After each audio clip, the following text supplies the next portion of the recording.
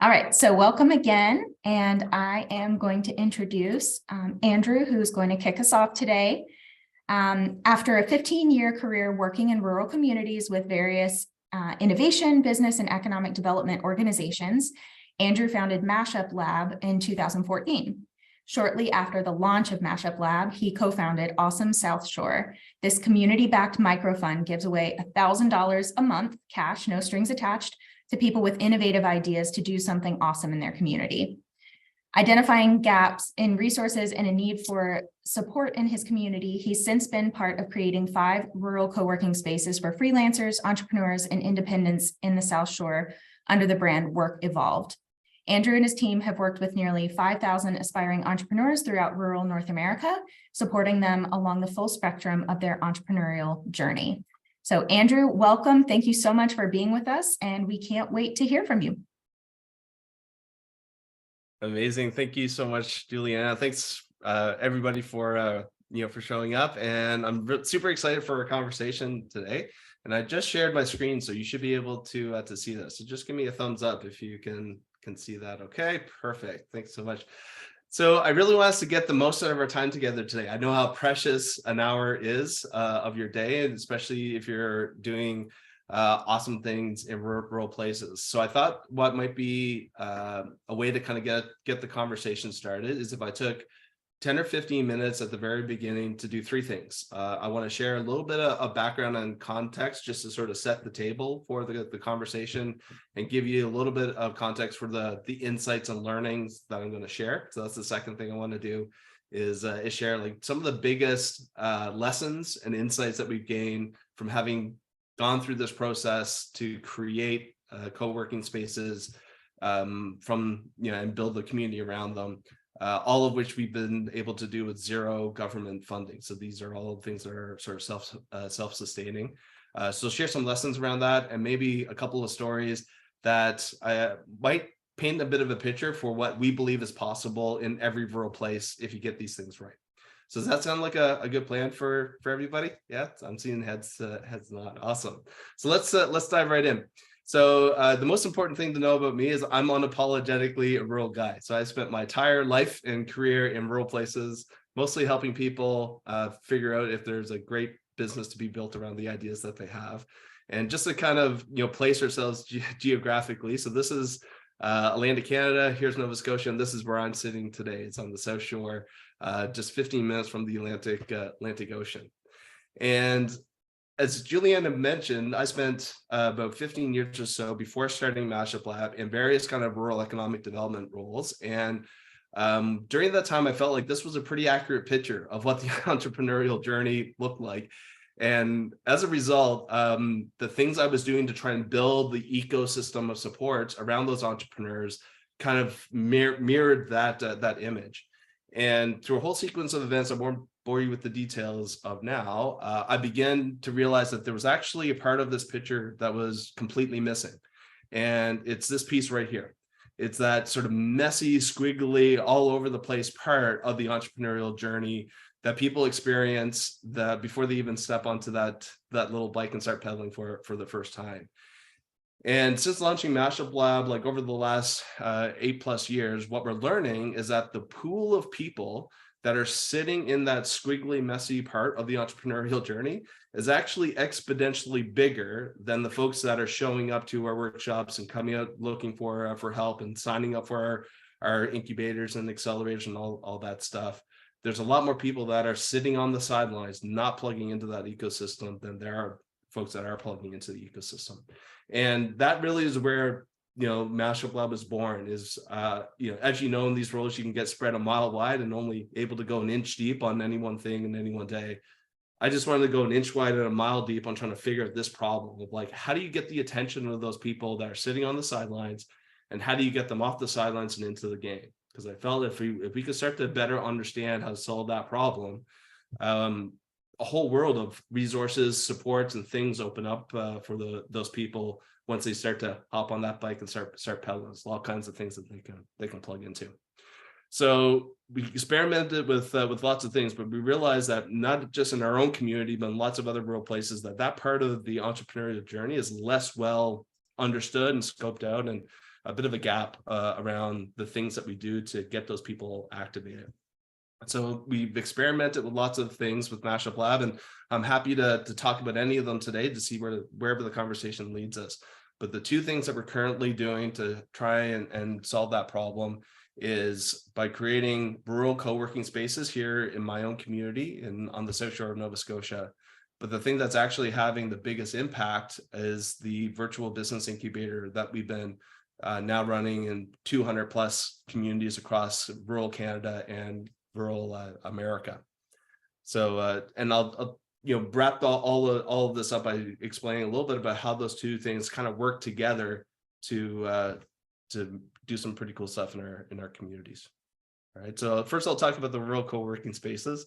So we currently have two locations, one in Bridgewater, Nova Scotia, which is on the left, and one in Liverpool, which is on the right. And Bridgewater is about a town of about 9,000 people. Liverpool, I think there's about 4,000 people. We've had co-working spaces in communities of 700 people that have actually been thriving, viable, successful spaces as well. But these are the two that we currently have. And rather than sort of talk a lot about them, I thought I'd share a little video that will give you a sense of a bit of a snapshot of what those spaces look and feel like. So as I hit the video, just give me a thumbs up to make sure that you can hear the volume okay. From the beginning.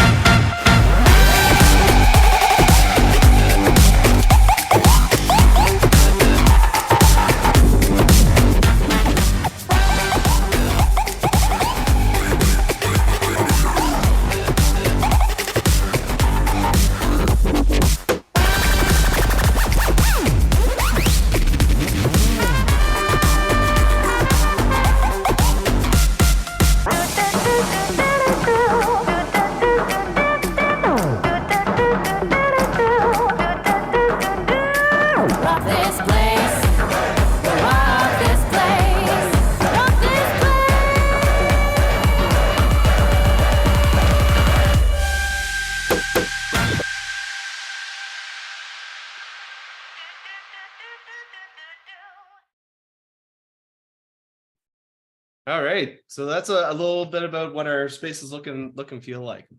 And you'll notice there's several sort of common design elements in each of our locations. They all have meeting space. They all have what we call like this flex space or co-working space, places to have gatherings and workshops and conversations, those sorts of things, but also some private offices. So this is our space in Bridgewater. And then our space in Liverpool, it looks a little bit like this. So again, you'll see lots of commonalities, and happy to talk a little bit about some of those design elements and some of the things that we kind of bake into that recipe for every space that we've done. So what I want to share with you now, again, are just some of the big lessons and insights that we've learned going through this process. And what I thought I'd do is I'm just going to give you the headline of what the learning was and the soundbite that goes along with it. And then we can kind of circle back and see if, whatever of these things you really want to, drill down into and dive more deeply into. I'm happy to share a little bit more context, more stories and things that really add some meat to those bones. So as I go through this, I'm going to go through it relatively quickly, but just make note of ones that you really want to circle back to when we open up the conversation. Maybe any questions that you have around it. All right, sound like a plan? All right, cool. So the first one is this. The first 10 people that you have working from the space in any sort of regular, consistent way really set the tone and the vibe of what that space will feel like for somebody new that's showing up. So their DNA is really going to be baked into the recipe of this space. And what I can tell you is that we've had several spaces that when you walk in through the door, from a design and layout standpoint, they almost look identical. But when you go to work there, they feel extraordinarily different. And happy to drill down more into what that means. But so just because the space looks to be the same doesn't necessarily you're going to experience the same thing when you get there. So those first 10 members really set the tone. So that can be a really great thing, but it can also create some challenges for you if you're not intentional about how you want to design that space and what you want it to feel like.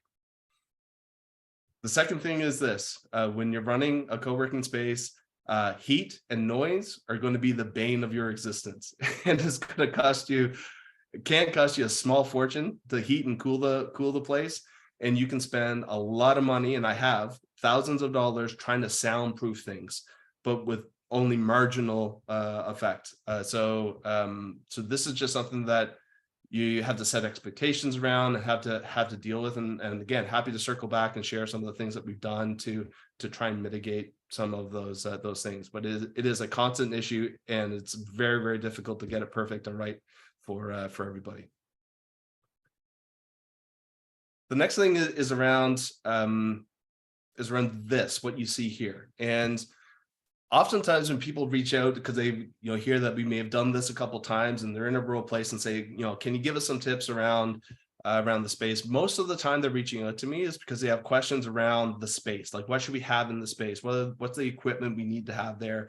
What should the design look like? And what sort of vibe should we create, and all of that kind of stuff. And all of those things are important. But what I can tell you from our experience is the community that you build around that space is actually more important. So you can overcome some shortcomings of the design of the space and some things that you have, but if people show up and they don't feel a sense of community when they come into that space, that can kill you out of the gate. So getting that piece of it right is super important, and being like consistent and intentional with what you're doing to build community around that space, in our experience has been, can make or break whether or not you can be financially sustainable as well, and how you attract and keep members and all that kind of stuff. So the next lesson that kind of goes hand in hand with that is you have to experiment. You have to experiment a lot, and we have experimented a lot, but you also have to be consistent. So we've gone through periods of time where we've had lots of community events happening, but we've also gotten busy with other things, and that's sort of the community building part of it has fallen off our radar a little bit, and the space suffers every time we do that. And we see our membership in direct correlation going along times when we're super consistent and active around the community building stuff, and when we take our foot off that gas. So but what might work in our community, what might work for our community, might not necessarily work everywhere else. So you got to just do a lot of different things to see what are the things that the people that you're building around that space really want. And the next thing I'll share is this. It is a very delicate balance to create that flex space, meeting space, community space, networking space, but also do things that actually pay the rent and keep the lights on. So balancing the things that you're doing to accommodate flexibility, but in a way that also allows you to build sustainability into the business model and actually be able to do these things long term. There is a really sort of delicate balance around that. So we've actually moved buildings a couple of times to try and strike a better balance between those things. So again, I'm happy to dive into that a little bit more in more detail if folks want to go there. But we haven't always gotten it right, and we're still trying to figure out how to get it right some days. But it is a delicate balance, because you go one side or the other, and it can really change what the space looks and feels like, and also change what your income statement and balance sheet looks like. And then as a part of that, so I'll go back to this drawing, and this is how the space and the community building around the space, and then the programming, the stuff that happens around the space, really starts to become important to stitch together, because it's that programming that gets all of these people, right, that are in that part of the messy entrepreneurial journey, that are sitting on the sidelines in your community, not really understanding that the space that you've created, this co-working location, how they can use that, what value they might be able to get out of it, and how they can really get things from that space and the community of people that are in that space to help them achieve the things that they're trying to achieve in their life. And again, I won't spend a whole lot of time on this, but just when I say, programming for us, the way that we get those people off the sidelines and into our space is through our virtual business incubator. So this is something that we've started here in our own community in rural Nova Scotia, but are now scaled to well over 200 communities across Canada and the US. So what that looks like, it's really sort of focused on getting those people, that untapped entrepreneurial talent, like getting the attention of people that don't tend to pay attention to this stuff, and get them to actually sort of do something with an idea that they might be looking at. Again, get them off the sidelines, and so you can get a name and an email address and start to wrap your arms around them. And in terms of a structure, it's 100% delivered online over 6 weeks for us. We do it in a cohort model, so a group of 15 people go through that experience at the same time through weekly group meetups. They can tap into unlimited one-on-one coaching as a part of that, and that culminates into a celebration night. So up to this point, we've now, in the last 36 months, we've now put 450 entrepreneurs through that process. And those people have gone on to start well over 275 companies in about 220 rural places throughout Canada and the US. But how this relates to the co-working space model is this. When we go out and look for applications to fill that virtual business incubator, 80% of those people have never signed up for a business or entrepreneurship program before, despite the fact that they have lots of things that they could be potentially plugging into, sometimes right in their own backyard, sometimes literally right down the street. So the thing that we've been doing over the last 8 years as we've been working on this stuff is trying to figure out, again, how do you get the attention of those people that are sitting on the sidelines in rural places and get them to plug into that ecosystem, right? How do you get them to understand how they can use a co-working space in their journey, how they can plug into all kinds of other programming that might be going on, other training and that sort of stuff. A couple of other interesting things that we didn't really kind of set out to do, but just sort of happened. 75% of those folks are women, and half of them are women with kids under the age of 12. And then 30% of them would identify as some sort of minority group within their community. So either Indigenous entrepreneurs, Two-Spirit, LGBTQ plus, newcomers. But 30% of the folks that go through that process sort of fit that category. So again, why is this important to rural co-working? Because in a rural place, you don't have the advantage of this like volume of people that are just gonna walk in front of your door, right? And the turnover that happens within the space in terms of your membership, when you're in a more urban and concentrated area, you just have more people that are coming in and out of that community that are coming and going. So for every sort of 2 people that leave, another 3 people show up. Well, in a rural place, you don't have that kind of volume walking by your door, either your virtual door through your website or your physical door in terms of your location. So your ability to reach out into that community in some way to get those people that are sitting on the sidelines. And the thing that we're blessed with in rural places is that there's just no lack of space. Like people have access to lots of space, beautiful space overlooking the ocean or mountains, or, they have deer and wildlife, roaming around the backyards. So the challenge that we have with doing these things in a rural place is like, how do you get those people out of their normal routine, out of their beautiful space that they have access to, and talk about the value proposition of come work from my co-working space and pay me $100 a month or $200 a month or $400 a month, depending on their membership. Why they would do that versus just kind of working from home and taking advantage of their own space. So I thought I'd wrap things up with a quick story that I think captures how these sort of things work together. So this is Sean. And Sean and a couple of his friends are originally from London in the UK, and they started a mobile video game company over there. Sean moved to rural Nova Scotia and came out to some of the events that we were doing around the space, and eventually started working from our space. I think it was like a day a week. and got introduced to some of the things that we're doing around the virtual incubator program. And he came to me one day and said, listen, I'm the tech guy in our business partnership. I'm not the business guy, but I have an idea for something that I think would help the video games and game developers in London build better games faster to help us scale. But I need to like pitch my business partners on giving me the time and money to go build a team here in Canada to go create this, piece of technology that we want to work on.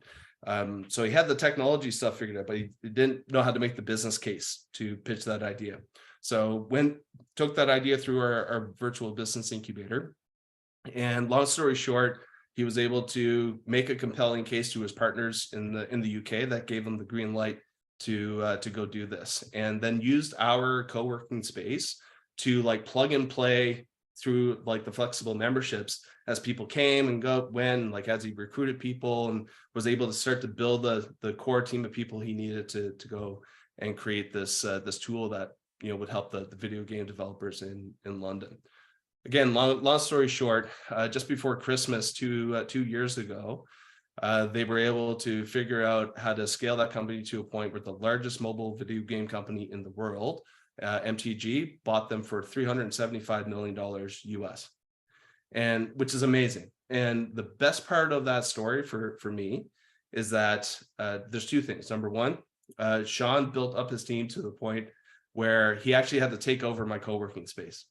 He was outgrowing, so we actually signed our lease over to him, and he built out his entire team in our co-working space in Mahone Bay at the time, and again, a community of about 750 people.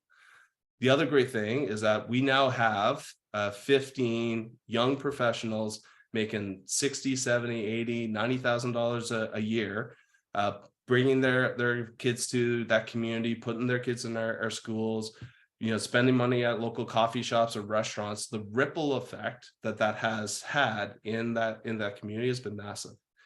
And we just believe that like this is the kind of thing that's possible. This kind of stuff doesn't happen every day. Like this is, you might look at it as a bit of an anomaly, but it does paint a bit of a picture of what's possible in rural places when you start to bring these two kinds of things together. This notion of a space, the community around the space with the programming on top of it, some pretty spectacular things can happen. And we've got a couple of other examples of that has taken place over the years as well. So I think I'll end it there. But what I thought I'd do, just as a gift for showing up and spending some time with us, we actually put together a bit of an ebook for folks that join the call. So I'll share the link to that in the chat, and just a little bit more detail around like some of the things that we've been able to figure out over the years to create a thriving co-working space in a rural place. So I'll share the link to that in the chat. So that would kind of get the conversation started. And again, happy to circle back to any and all of those things that you found interesting or you love to dive in and chat about more. So Juliana, I guess I'll hand it back over to you to direct traffic and see where we go next. Thank you so much. That was incredible. And thank you for putting together that ebook. I'm sure that's going to be incredibly useful as a guide, and we appreciate that so much. So now, we can just open up for questions, as well as if anyone here has experience in rural co-working spaces and you'd like to share what has or hasn't worked for you, please just jump right in. You don't, we're a small enough group now that you don't have to raise your hand, just jump right in. Oh, go ahead. Oh, no, you go first. I was just going to say, I totally agree with what you said. Those first two things about the first people that show up usually set the tone. I have experience in 2 different co-working spaces. My organization, we cover 7 of the southern states in the United States. So we travel a lot with our jobs, kind of doing a lot of what you do. We also do the incubator for the entrepreneurs as well. But the first one that we went to, it was pretty lively. The group there, they were tossing rubber ducks in the in the room, and everything was, it was just so fun. The atmosphere was fun, and they had quiet spaces, but you just knew that you were welcome, and it was just, it was really a fun environment. The second one is here in my hometown, and they just recently opened up, and I went to see about maybe using that as my office space to get out of my home, and it was very library-ish, and it's not what our community, what our organization is about. And yeah, it was so library-ish. So I definitely Mhm. agree with that. The first one, we did have problems with heat and noise, and that was one of the very first things they told us about as well. They're working on it. They had been open for about 6 months, and they learned really quickly that what they thought they had in mind doesn't work for their space. So so they're still learning about that. And then the last thing that I just wrote down, I love how the co-working and the incubator just kind of go hand in hand, and the domino or the ripple effect that you see. So Mhm. I've got some notes. I've got a meeting in about 20 minutes with some of my entrepreneurship team, and I'm definitely going to share what I've learned here. So thank you. Oh, thanks so much, Deanna. And yeah, like one of our co-working space in Mahone Bay. When you walked in, again, it looks very similar, but lots of people with headphones on. You might get somebody lifting their head up over their computer screen to see who walked in through the door. And that's what that community of people around that space really wanted. They wanted that place to focus. They had enough distractions at home. When they went there to work, and they were very, very welcoming and all of that stuff. But it was just a different vibe. Our location, 20 minutes away in Bridgewater, you walk in through the door. There's like music going on in the background. There's like 4 conversations happening, and lots of laughter and chatter. And to your point, there's places to go and have a phone call, but when you went there, it was very sort of energetic and lively. And I had the benefit of like working in both places, right? So when when I wanted that more like social interaction stuff, I went to my space in Bridgewater. When I wanted to hunker down and get some focus work done, I was able to pop into Bridgewater. So we were able to kind of offer those two things up for the community as well. And but yeah, in another community, that library feel, if that's not necessarily going to be the thing that attracts a critical mass of people, like that could have been a really big problem for us, right? So it could have been a really awesome space that we spent tens of thousands of dollars on for 5 people to go work there, right? That's not going to pay the rent and keep the lights and heat on. So just being really sort of thoughtful and intentional around making sure that the people that are coming to use the space represent the market for that space in your community. Yeah, thanks for sharing that. Andrew, were you going to hop in?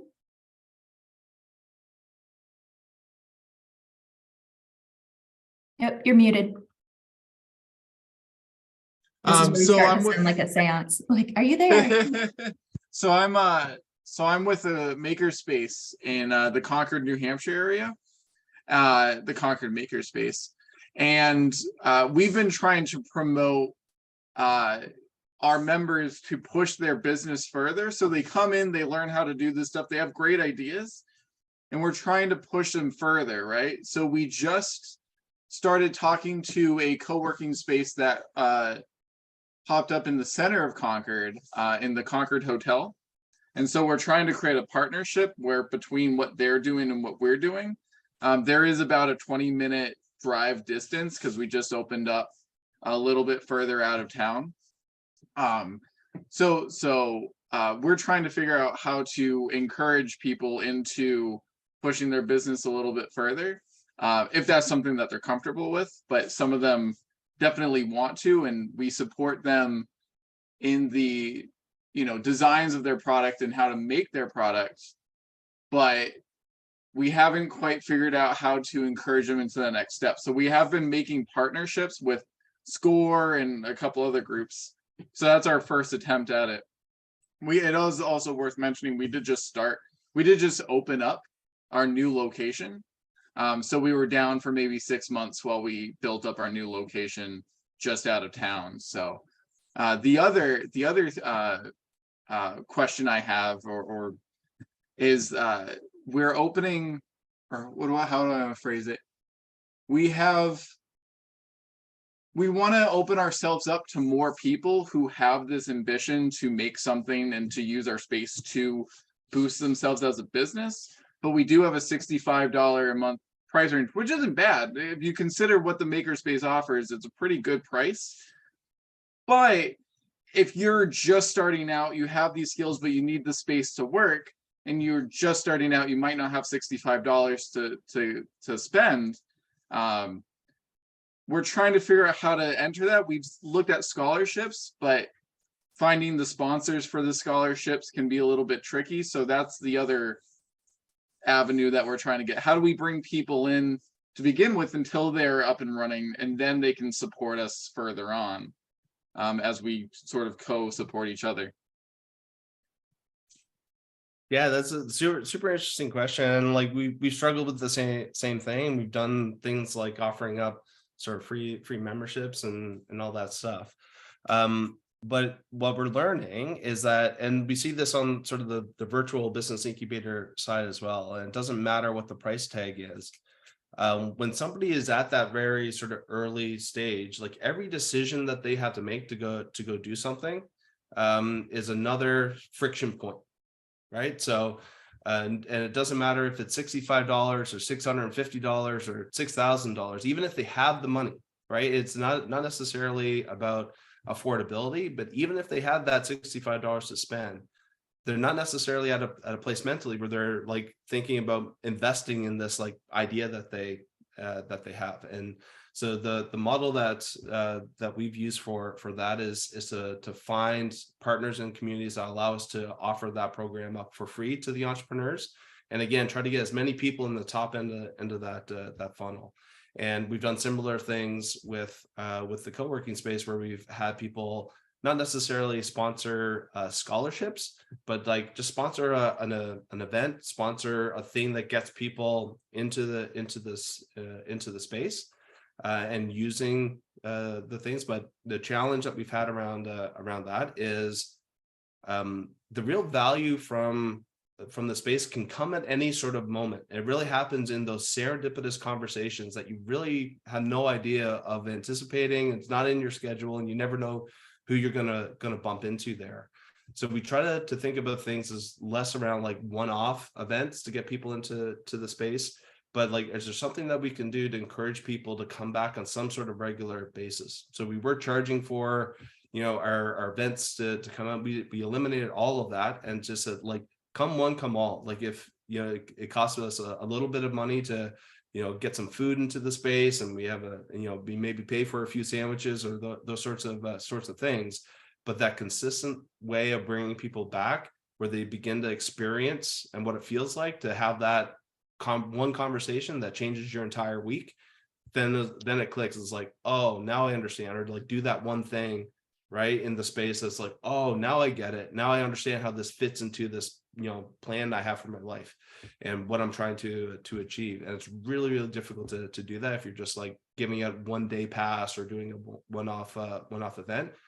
You might get lucky of having that accelerated serendipity happen, but for us, it's really about like trying to think of ways to get people in the space a little bit more consistently over time, so that they have a better chance of having those kinds of like intersections and collisions and conversations with folks.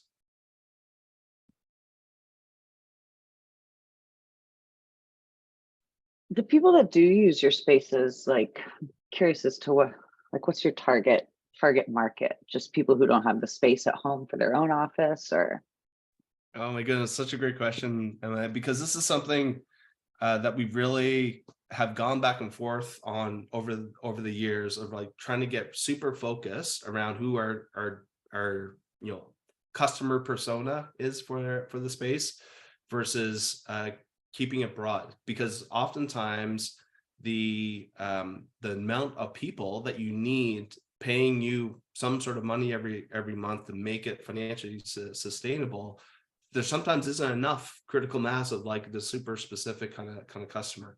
So we decided to identify sort of 3 real sort of customer personas, if you will, and we communicate and position our space very differently to each one of those three groups of people. So the first sort of group of people are in the like remote worker category, and usually at the sort of some senior management or senior executive level. So we have several of our members that work for larger corporations and have teams of people that work remotely. That in our community, the thing that usually brings them in the door is that they have crappy rural internet wherever they bought a beautiful house on a lake, but the internet sucks, or they've got like 3 kids at home all trying to play Fortnite at the same time, and it sucks the little bandwidth that they have. So that's usually what brings them into the space, and then they get the benefit of feeling like they're working around co-workers. But it's that sort of remote worker that works for a larger company. And then we have this sort of whole group of freelancers, so people that work sort of independently, doing freelance work. And again, we sort of position and talk about different things to message and position the space differently to that group. And then we have folks that are sort of first time or new entrepreneurs that are coming into the space, working on brand new ideas. And again, even though the space is the same, there's different value propositions you have, right, to each one of those groups of people. The reason that they would give you whatever they're paying you every month is different. The thing that's on the top of the list, right? So you got to figure out like what's the cake for that person and what's the icing on the cake for those folks. So yeah, we just sort of switch those things up in terms of our marketing, the channels we use to market to them. Yeah, we've done a lot of experimenting around that. But yeah, in a rural place, you need all of those kinds of folks coming in and using the space in some way, shape, or form in order to make it financially viable.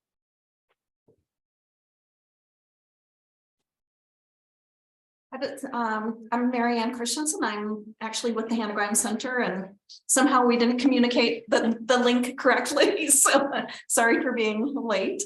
But thank you so much for this common sense approach from the ground up. It's really, really wonderful. It's one of those great ideas that's definitely worth sharing. Yeah, I just wanted to say that all of the things you said. So we've had a co-working space for, I don't know how long, for a while. And everything you said is right. The temperature, the noise, somebody's doing something creepy, there's all of that stuff. But for people who haven't done it, I think, those are exactly the things that I think you're going to hit on. Andrew, just a couple of thoughts for you. There is in New Hampshire, there's a CDBG micro program, so community development block grants. There's probably 7 to 9 organizations around the state that receive funds to work with micro businesses. And if you connect with us, we could connect you with whoever's nearest to you, but they might even be able to help with the funding for the entry into the program and all sorts of other help. Oh, amazing. As well. Yeah. Yep. And another idea for you for those really new businesses, we've done something that's it's some version of 4 things you need to know before you start a business. It's it's an hour and a half. It gets people together. It gives those you always get good buzz in the room because people are exploring. But it's one of the women that used to run that for us used to say it was like fanning the flames and pouring cold water on at the same time. Like, how do you really get them inspired and motivated, but let them know what the realities are too of running a business. But doing something like that, maybe with a partner up in your area that's already working with small businesses, could be helpful for you. For everybody who's doing this or considering this, something we've done is First Friday free. So the first Friday of every month, we have a popcorn bar and invite people in. But to Andrew's point, if you're not consistent with these things, so we really tanked during the pandemic, and we have not come back. And it's good listening to this and thinking like, we shouldn't just be advertising. We really do need to get our ducks in a row and know what culture we want to set before we start re-inviting people in. But it's very bookish and library-ish like right now. And it's very sad to me because the vibrancy is definitely there. And then something else you said about like, you know, in rural areas, we cannot afford to be picky and choosy about what kinds of businesses we bring in, because we don't have enough people most of the time to have a sector full of something that makes something sustainable. But, you know, by the same token, something we've found over the years, so we've been doing this for 25 years. And as we've been adding programs, we started with a local products marketplace, added an incubator, workshops, accelerator program, co-working, that as we've added these, a pitch program, they've started feeding each other. So people coming out of the business lab go into the pitch, people from the pitch go into the incubator program. It's so really, we've found more programs we have, the more successful each of our programs have been, because they start to be self-feeding. And yeah, you know, we have people from business lab that can go into the marketplace afterwards. So it's just that's been really cool. And just get the people who drink all the Kool-Aid is nice. I don't think there's any other notes. Yeah, that last point really resonates with me a lot, because oftentimes, like as we've been scaling our virtual business incubator to other communities where we don't have physical space, other partners have physical space, the question around like duplication of effort often comes up, right? So it's like, oh, we have somebody in the community that's running sort of these sets of workshops or doing these things, which is awesome. But what we're learning is that despite, I experienced the exact same thing when I was in that economic development role in my own community. We had dozens of programs that we were super proud of the success rate of, and we're getting lots of uptake on them.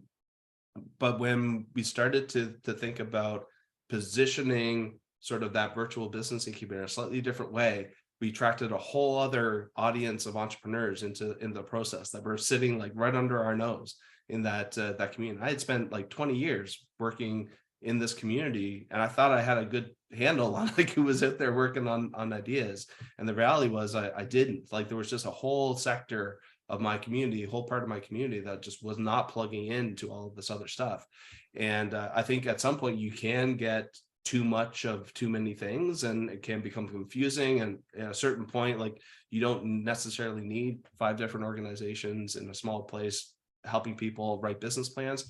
But I think at that very early messy stage, you need a couple of different approaches to really maximize the full potential of a place. And I think, you know, the places we've seen the most success are places that have some of this activity already happening. There's a nucleus of ecosystem for people to plug into, and then we can take the stuff that we just do really well in terms of finding that untapped talent in their community that are sitting on the sidelines, and then get them introduced to all of those other programs. So that cross-pollination that begins to happen, especially once you start doing these things multiple times. Like we in northern Wisconsin, for example, we've run I think our 7th cohort there now, and every time we open up applications for that cohort, we get a whole other group of people that start showing up. You know, we get anywhere from 25 to 30 applications to fill those spots, and it's because we plugged into these other networks of partners, right? That are then, you know, the people that went through the program are showing up into their co-working space talking about, you know, the Mashup Lab thing that they just took, and vice versa. So yeah, there's I think there's so much opportunity for that kind of collaboration. Anyway, I could talk about that part of it. You know, we could have a whole session around that, around just that piece of it. Thank you so much for that. Hey, so my name is Zav Dubois, and I live right outside of Yosemite National Park in California. We are rural. We are a town of 1,800 people. Our county is bigger than the state of Rhode Island, but we only have 18,000 total people here. And Rhonda is my business coach here, who just took me through our last accelerator. We just launched our very first co-working space here called Ignite Space Mariposa, which is the town in which we live. And we launched just the beginning of January. We're about 75% of break even right now. And I'm really appreciating all the ideas you guys have given. I like popcorn bar on First Fridays. I like, those kinds of ideas that gather people together. Right now we're doing book clubs. Every Tuesday nights we have a book club of people reading some really interesting books together. And we have a women's meditation group that's coming in on Saturday mornings now. And let's see, what else can I share with you from the space? It's been really challenging. I'm paying for it all out of my own pocket right now. There's no other funding. And so, it's a bit of a risk, but I'm doing it because I really want to invest in what this small rural community has. And the ideas here are so different than living in Boston or living in San Francisco. And I'm not quite sure how to cultivate those ideas because they're so very different. I mean, our town opportunities are mainly, you're in forestry, you're in fire, police, you're working at the national park services and hospitality. And so our kids in high school don't see a lot of options in front of them other than to grow up and then leave the town and then at some point maybe coming back. So I'm hoping that we can build a conversation where our co-working space builds ideas and shares people that they can actually bring those ideas here and stay in this town, which is incredibly gorgeous. It's a beautiful environment to live, but we don't see a lot of opportunities. And Rhonda's my link to the bigger world because she's connected to the small business development. I don't know what SBDC is, but the full name of it. But she connects me to outer ideas and funding to help bring some of these ideas to help the kids and some of the adults too. I'm no spring chicken, and it's nice to have adults have new ideas that they can bring to the forefront as well. One thing you said something, we started this 25 years ago, and it's amazing what time does, and that you can't start you have some outliers, but for the most part, you really need to just start where you're at and build and build and build and build. We started with makers who didn't have a market. There's 350 makers now that are selling their products, Wow. Through the store and learning business skills. And then we added the incubator because somebody had started an incubator with too lofty of goals and it had failed. And so we took over and filled it right up, within 3 months we were full. But it was, we helped people get in, and it just builds over time. And I think, talk to Julianne about this, but like how time is on your side. And if you're just patient and keep at it, it is amazing what you can do. We successfully attracted a Dutch biotech firm to put their US headquarters in Keene, New Hampshire last year. But, that wouldn't have happened the first year. It wouldn't have happened the 10th year. It wouldn't have happened the 20th year. It happened the 25th year because we've slowly been building the resources that we can provide. So you're starting in the right place, and you will build a community that your kids want to help build and see a future for themselves. It's very cool what you're doing. Thank you. And speaking from being a relatively young person who has recently made her home here, like having a place like Hannah Grimes has made me want to stay. So it works, at many levels. And I know you're talking about like the kids that are growing up there, but it does work. Yeah, for sure. And happy to jump on a call and dive in like deep, like tactic wise of some things that you might be able to try and just share some things that worked for us and some things that weren't as obvious to me at the time. We just got lucky with a few things as well, so you don't have to step in the same potholes that we did. But yeah, like just you may have noticed in the video that I shared, there were sort of really interesting combination of events, like we did a family movie night, right? So just allowing people to bring their personality and their personal life into the business space just opened up a whole, like a deeper connection of community, right? And it had absolutely nothing to do with the entrepreneurship stuff. It was just a fun family thing that we did that just brought in a whole other group of people. And we found that, the partners of the people that were members of our space are like, hey, I actually could use this space myself. Like, I thought this was just like a real sort of stuffy business thing, when there's actually a really cool vibe here. And we ended up getting, you know, husband and wife teams, you know, sharing memberships and all kinds of stuff that we would, if we stood in front of a whiteboard and try to sketch out what the perfect strategy would be, we would never come up with some of the stuff. And yeah, but it does take a lot of experimenting. And, you know, I put chips on the table that I was willing and could and privileged enough to be able to lose and say, you know, this isn't my life savings. You know, if it works out well and I can get my money back some way, somehow, great. But if not, then this is my kind of contribution to trying to make something cool happen in my community. And I'm okay with that. At least then I know I gave it a shot. And that was like 6 years ago. And we just kept, you know, making a little bit of money, reinvesting, learning, and just building off of that. Right.